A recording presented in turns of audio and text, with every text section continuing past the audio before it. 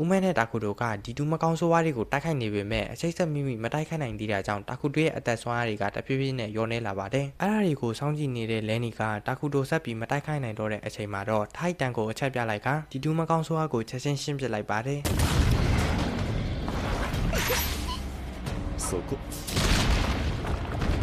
တိုက်ပွဲပြီးသွားတဲ့အခါဦးမဲကတိုက်တန်ကိုလဲနီနဲ့အချိတ်ဆက်မိဘလို့တိုက်ခိုက်တာလဲလို့မေးနေပြီးတိုက်တန်ကတော့လဲနီကဒန်ဒန်လို့လှုပ်လိုက်တာနဲ့ဘုံဆိုပြီးသူ့ရဲ့ခေါင်းထဲကိုအမိန်ကဝင်လာတာပဲလို့ပြန်ပြောလိုက်ပါတယ်ထိုအခါဦးမဲကနောက်တိုက်ပွဲတွေမှာသူတို့လည်းအဲ့လိုမျိုးတိုက်ခိုက်ကြမယ်လို့တာကူတိုကိုပြောလိုက်ပြီးတာကူတိုကတော့အသက်ဆွမ်းရည်တွေဆုံးရှုံးသွားတဲ့အရန်နာကျင်ရအကြောင်းသူ့ကိုလွယ်လွယ်လေးလာမပြောနဲ့အတုံးမကျတဲ့ musical လို့ပြန်ပြောလိုက်ပါတယ်လန်နီကရှေ့လျှောက်ဒါမျိုးတွေရှီယုံးမှာပဲလို့ဆိုကဦးမဲရဲ့ musical ဗီဇာကအရန်အားကြီးနေတာကြောင့်ဒီတူးတွေကိုအာယုံခံပြီးရင်မင်းရဲ့ဆန္ဒမပါရင်တော့ဦးမဲကဒီတူးတွေကိုမတိုက်ခိုက်ပဲမနေနိုင်ဘူးလို့ပြောပြလိုက်ပါတယ်ပြီးတော့လန်နီကတယောက်နဲ့တယောက်အချိတ်ဆက်မိတိုက်ခိုက်နိုင်ဖို့ဆိုရင်နှစ်ယောက်ကြားမှာရှိတဲ့ harmony ကိုခန်းစားကြည့်ပါလားလို့ပြောလိုက်ခါ musical စီကထွက်ပေါ်လာတဲ့အတန်တုံးတွေနဲ့မင်းရဲ့ကြားမှာတာဟဆာတာဖြစ်သွားရင်ငါတို့လိုချင်တဲ့တေးသားတွေအဖြစ်ပြောင်းလဲသွားတယ်လို့လန်နီကတာကူတိုကိုပြောပြလိုက်ပြီးတာကူတိုကတော့တကယ်ဆိုးရတဲ့ဂီတာပဲလို့ရေရွတ်လိုက်ပါတယ်ဒီလိုနဲ့ခဏကြာမှာတော့တာကူတိုတို့အနားယူနေတဲ့နေရာကိုကားတစ်စီးကရောက်လာပြီးကားထဲကသူကမထင်မှပဲလန်နီရဲ့အတိဂျိုနာဖြစ်နေပါတယ်ဂျိုနာက Las Vegas LR fan မှာအလုပ်လုပ်နေတဲ့အကြောင်းလန်နီကိုပြောပြလိုက်ပြီးအဲ့ဒီမှာအရင်ကဒီတူးမကောင်းဆိုးဝါးလက်ကနေလန်နီကယ်တင်ပေးခဲ့မှုတဲ့မာဂီလည်းရှိနေတာကြောင့်ဂျိုနာကသူအလုပ်လုပ်တဲ့နေရာကိုအလဲလာဖို့လန်နီကိုပြောလိုက်တဲ့အခါအားလုံးက Las Vegas အနောက်မှာရှိတဲ့ဂျိုနာအလုပ်လုပ်တဲ့လေကွင်းစီကိုခရီးသွားဖို့ဆုံးဖြတ်လိုက်ပါတယ်ဂျိုနာအလုပ်လုပ်တဲ့ LR fan မှာတော့လေကွင်းနေနဲ့မွေးမြူရေးတိရစ္ဆာန်တွေအများအပြားရှိနေပြီးကာစီနိုတွေဒီတူးလက်ချက်နဲ့ပျက်စီးသွားတဲ့အချိန်တည်းက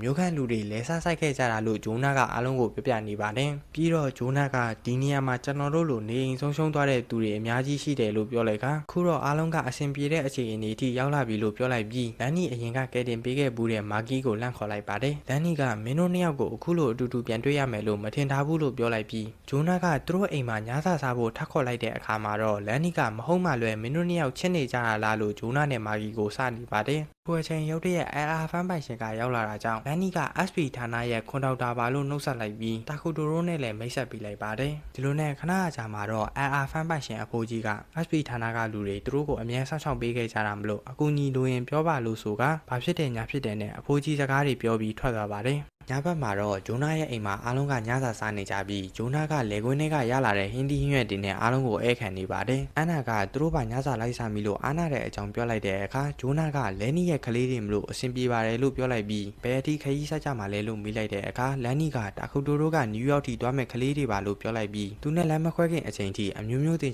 ပေးရမယ့်ကလေးတွေပါလို့ဂျိုနာနဲ့မာဂီကိုပြောပြလိုက်ပါတယ်။ထိုအခါမာဂီကလူတိုင်းအပေါ်လန်နီကကျင်နာတတ်တာပဲလို့ပြောလိုက်ပြီးသူမလည်းဒီတူးစီကနေလဲနီရဲ့ကယ်တင်ပေးတာခံခဲ့ရဘူးတယ်လို့အန်နာတို့ကိုပြောပြလိုက်ပါတယ်။လန်နီကမင်းတို့နှစ်ယောက်ဒီကိုဘယ်လိုရောက်လာတာလဲလို့မေးလိုက်တဲ့အခါဂျိုနာကသူတို့နေတဲ့စခန်းကနေလေကွင်းမှာစိုက်ပျိုးဖို့လူလိုတဲ့အကြောင်းသတင်းကြားတာကြောင့် SP ဌာနနဲ့တိုင်ပင်ပြီးဒီကိုရောက်လာခဲ့တာလို့ပြောပြလိုက်ပါတယ်။ဂျိုနာက SP ရဲ့ကျေးဇူးကြောင့်ဒီမျိုးမှာဒီတူးတွေတိုက်ခိုက်တာရပ်တန့်သွားပြီးလေကွင်းအများကြီးချဲ့ထွင်နိုင်ခဲ့တယ်လို့ပြောလိုက်ကမာဂီကလည်းဒီတူးတွေပြန်လည်လှုပ်ရှားလာတာကိုမသိတာကြောင့်ငြိမ်းချမ်းရေးပြန်ရပြီမလို့ဒီတူးတွေကြောင့်ဆုံးရှုံးခဲ့တဲ့အရာတွေအကုန်လုံးကိုပြန်ယူမယ်လို့ပြောလိုက်ပါတယ်ခဏအကြာမှာတော့တာကူတိုနဲ့လန်နီကစကားပြောနေပြီးတာကူတိုကဒီမျိုးကလူတွေနေလက်ကဒီတူးမကောင်းဆိုးဝါးတွေအကြောင်းနဲ့သူတို့မျိုးမှာဖြစ်ခဲ့တဲ့ဒီတူးတိုက်ခိုက်မှုတွေအကြောင်းမသိဘူးထင်တယ်နော်လို့လန်နီကိုပြောလိုက်တဲ့အခါလန်နီကဒီမျိုးမှမဟုတ်ပဲတခြားမျိုးတွေကိုလည်း SP ဌာနကသတင်းအမှောင်ချထားတယ်လို့ပြောလိုက်ပြီးအကြောင်းကတော့အကြောက်တရားကမျောလင်းချက်တွေနဲ့အိမ်မက်တွေကိုဖျက်ဆီးနိုင်တာကြောင့်ဒီကဘာကြီးကအနာဂတ်ကိုခြေလှမ်းလန်းနေတဲ့အချိန်ပရိပက္ခတွေထပ်မဖြစ်စေချင်တာကြောင့်လို့ပြောပြလိုက်ပါတယ်လန်နီကတာကူတိုကိုဂီတဆိုတာဘာလဲလို့ရုတ်တရက်မေးလိုက်ခါသူကတော့ဘယ်မျိုးဆက်ပဲဖြစ်ဖြစ်ဂီတဆိုတာနှလုံးသားကိုနီးစပ်စေပြီးနာကျင်မှုတွေကိုပြေးရောစေတယ်လို့ဆိုက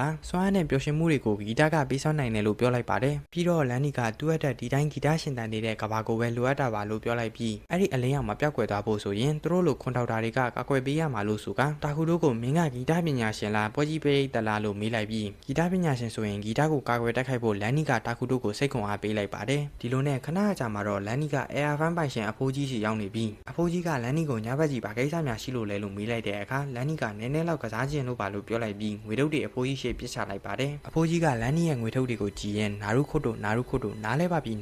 နဲ့ပြောနေကတစ်ဖက်ကဦးမဲကတော့ဒီတူးမကောင်းဆိုးဝါးတွေကိုအာယုံခံမိတာကြောင့်ကနာမငြိမ်ဖြစ်နေပါတယ်ですが無視もできません確認しましょうちょっとコゼットဒီလိုနဲ့တာခုတိုနဲ့အန်နာကဦးမဲရဲ့အနောက်ကိုလိုက်လာရင်မီးရောက်နေတလက်လက်နဲ့တောက်ပနေပြီးလူအများအပြားစိန်ခံအနားယူနေတဲ့ထူးဆန်းတဲ့နေရာကိုရောက်လာပါတယ်တကယ်တမ်းမှာတော့အဲ့ဒါကအဖိုးကြီးဖွင့်ထားတဲ့ကာစီနိုဖြစ်နေပြီးအဖိုးကြီးကဒီမျိုးကိုလာတဲ့လူတွေပျော်ရွှင်ရအောင်တတ်နိုင်တဲ့လောက်ကြိုးစားပြီးကာစီနိုကိုဖွင့်ဖေထားတဲ့အကြောင်းလန်နီကိုပြောပြနေပါတယ်လန်နီကဒီလောက်ကြီးတဲ့ကာစီနိုဖွင့်နိုင်ဖို့ဆိုရင်အရန်ပင်ပန်းခဲ့မှာပဲလို့ပြောလိုက်ပြီးအစိုးရကစိုက်ပျိုးခြံတွေအတွက်ထောက်ပံ့ထားတဲ့ငွေတွေကိုအသုံးချလိုက်လို့ဒီလောက်ထိဖြစ်လာတာမလားလို့အဖိုးကြီးကိုလန်နီကစကားနိုင်လိုက်တဲ့အခါအဖိုးကြီးကအဲ့ဒါကိုတတိမထားမိပဲ SP ဌာနကလူတစ်ယောက်ကဒီကိုအမြဲလာတဲ့အကြောင်းရုတ်တရက်ပြောမိသွားပါတယ်တချိန်တည်းမှာပဲကာစီနိုအပြင်မှာဦးမဲကအဆောင်တွေကိုတိုက်ခိုက်လိုက်တာကြောင့်အဖိုးကြီးကိုအဆောင်တွေကကာစီနိုကျူးကျော်ခံရတဲ့အကြောင်းလာပြောပါတယ်အန်နာနဲ့တာခုတိုကလေခွင်းတွေကသူတွေတောင်ဒီနေရာမှာကာစီနိုရှိတယ်ဆိုတာတီရောတိပမလားလို့ပြောနေပြီးရုတ်တရက်အဆောင်တစ်ယောက်ကသူတို့ကိုတွေ့သွားတဲ့အခါလူမသိအောင်ထွက်ပြေးကြပါတယ် あら တာခုတိုတို့ကြောင့်အဖိုးကြီးကလန်နီရဲ့အကြံစီတွေကိုတီးသွားပြီးတန်းတန်းနဲ့ချိန်ထားလိုက်တဲ့အခါထိုင်းတန်းကလန်နီကိုတရုတ်ဆောင်ရတာပြင်းလာပြီလို့ပြောလိုက်ပြီးအဖိုးကြီးနဲ့သူ့ရဲ့နောက်လိုက်တွေကိုတိုက်ခိုက်လိုက်ပါတယ်တာခုတိုတို့ဘက်မှာတော့လုံခြုံရေးတွေကတာခုတိုတို့ကိုဝိုင်းထားတဲ့အချိန်ရုတ်တရက်မြေကြီးတွေကအကွဲလာပြီးဒီလူမကောင်းဆိုးဝါးတွေကထွက်ပေါ်လာပါတယ်တာခုတိုကဒီလူမကောင်းဆိုးဝါးတွေကိုတိုက်ခိုက်ခြင်းပဲမဲ့ဦးမဲကအစွမ်းနေလျှောက်တုံလိုက်ရင်တခြားသူတွေကိုထိခိုက်မိသွားမှာကြောက်တာကြောင့်ဘယ်လိုလုပ်ရမလဲဆိုတာစဉ်းစားနေတဲ့အချိန်လန်နီနဲ့ထိုင်းတန်းကရောက်လာပါတယ်လန်နီကတာခုတိုနဲ့ဦးမဲကိုအသင်းပြင်ခိုင်းလိုက်ပြီးလန်နီဆန်ဆက်ရဲ့အထူးသင်ကြားမှုလို့ဆိုကလက်စင်ဝမ်စွမ်းကိုထိန်းချုပ်ပြီးညာဘက်ကဒီလူမကောင်းဆိုးဝါးကိုနှစ်ချက်ထဲနဲ့အဆုံးသတ်ဖို့ပြောလိုက်ပါတယ်ထိုင်းတန်းကဦးမဲနဲ့တာခုတိုကောင်းကောင်းတိုက်ခိုက်နိုင်ဖို့အတွက်အခြားဒီတူတွေကိုထိန်းပေးထားပြီးတာခုတိုကဒီတူရဲ့ခြေထောက်ကအားနည်းချက်ကိုတွေးသွားတဲ့အခါဦးမဲကိုဒီတူရဲ့ခြေထောက်ကိုတိုက်ခိုက်ခိုင်းလိုက်ပြီးခြေထောက်ပြတ်သွားတာကြောင့်ဟန်ချက်ပြတ်ပြီးလွင့်ထွက်လာတဲ့ဒီတူမကောင်းဆိုးဝါးကိုဦးမဲကအဆုံးသတ်လိုက်ပါတယ်လန်နီကလက်စင်တူအနေနဲ့ဒီတူကိုဓာတ်နဲ့ပဲတိုက်ခိုက်ပါလို့ပြောလိုက်တဲ့အခါတာခုတိုကဦးမဲနဲ့တိုက်ခိုက်နေတဲ့ဒီတူမကောင်းဆိုးဝါးကိုကြည်ရင်အကာအကွယ်ဒီကြားကလွတ်နေတဲ့ဒီတူမကောင်းဆိုးဝါးရဲ့အားနည်းချက်ကိုတတိထားမိသွားကဦးမဲကိုတိုက်ခိုက်ခိုင်းလိုက်ပါတယ်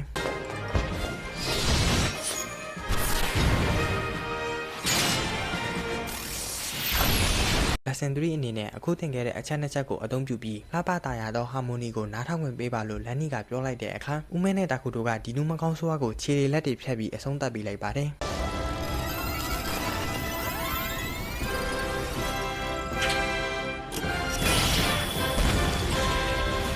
ဒီလိုနဲ့နောက်တနေ့မနက်မှာတော့ဂျိုနာနဲ့မာဂီကအန်နာတို့ကိုအိမ်ပြန်လာဆောင်ပေးရင်နှုတ်ဆက်နေပြီးအန်နာကအယ်လာဖန်ပိုင်ရှင်ကိုသူတို့ကတိုက်ခိုက်လိုက်တာကြောင့်ဒီမျိုးကရှေ့လျှောက်အဆင်ပြေပါမလားလို့ဂျိုနာကိုမေးလိုက်တဲ့အခါဂျိုနာကဘာပဲဖြစ်ဖြစ်ဒီမျိုးကကျွန်တော်တို့ရဲ့မျိုးမလို့အဆင်ပြေပါတယ်လို့ပြန်ပြောလိုက်ပါတယ်လန်နီကတာခုတို့ကိုမင်းညကအရန်ကောင်းတဲ့ဟာမိုနီကိုနားထောင်ခွင့်ရခဲ့လို့ကျေးဇူးတင်ပါတယ်လို့ပြောလိုက်ပြီးအလောက်တိုက်ခိုက်နိုင်ရင်နယူးယောက်ကိုဆက်သွားနိုင်မလားလို့မေးလိုက်တဲ့အခါတာခုတို့ကခမည်းနဲ့ဒီနေရာကနေလမ်းခွဲရတော့မှာလားလို့ပြန်မေးလိုက်ပါတယ်လန်နီကတာဝန်လေးတွေရှိနေသေးလို့ပါလို့ဆိုကတတိတခြားစီဖြစ်သွားရင်အထီးကျန်လို့လားလို့တာခုတို့ကိုစနေပြီးခုတို့ကတော့သူ့ကိုတိုက်ခိုက်ရေးပညာတွေသင်ပေးခဲ့တဲ့လန်နီကိုဆရာလို့တော့မခေါ်ပဲဂျစ်ကန်ကန်နဲ့ရံပြန်လုပ်နေပါတယ်လန်နီကတာခုတို့ကိုကိုယုံကြည်တဲ့လမ်းကိုဆက်လျှောက်ပါလို့ဆိုကမင်းဖေပြောခဲ့တယ်လို့မျိုးမင်းသားဆိုရင်လူတိုင်းရဲ့နှလုံးသားကိုထွန်းလင်းပေးမယ်အလင်းရောင်ဖြစ်လာမှာပါလို့ပြောလိုက်ပါတယ်သူအခါတာခုတိုကသူ့ကိုအာဆာဟီနာရဲ့သားဆိုတာလန်နီကတီးနေတာကိုတတိထားမိသွားပါတယ်ဒီလိုနဲ့ခဏအကြာမှာတော့ထိုင်းတန်ကတာခုတိုကိုပြောစရာစကားတွေအများကြီးရှိသေးတယ်မလားလို့လန်နီကိုမေးနေပြီးလန်နီကတော့ကာစီနိုကနေအချက်အလက်တွေယူလာနိုင်လားလို့ပြန်မေးလိုက်တဲ့အခါနောက်ပိုင်းမှတွေ့ရမယ်ကာစီနိုနဲ့ဆက်နွယ်နေတဲ့ SP ဌာနကလမ်းဆိုတဲ့သူရဲ့လျှို့ဝှက်ချက်တွေအကုန်လုံးကိုထိုင်းတန်ကကာစီနိုကနေရလာခဲ့တယ်လို့ပြောပြလိုက်ပါတယ်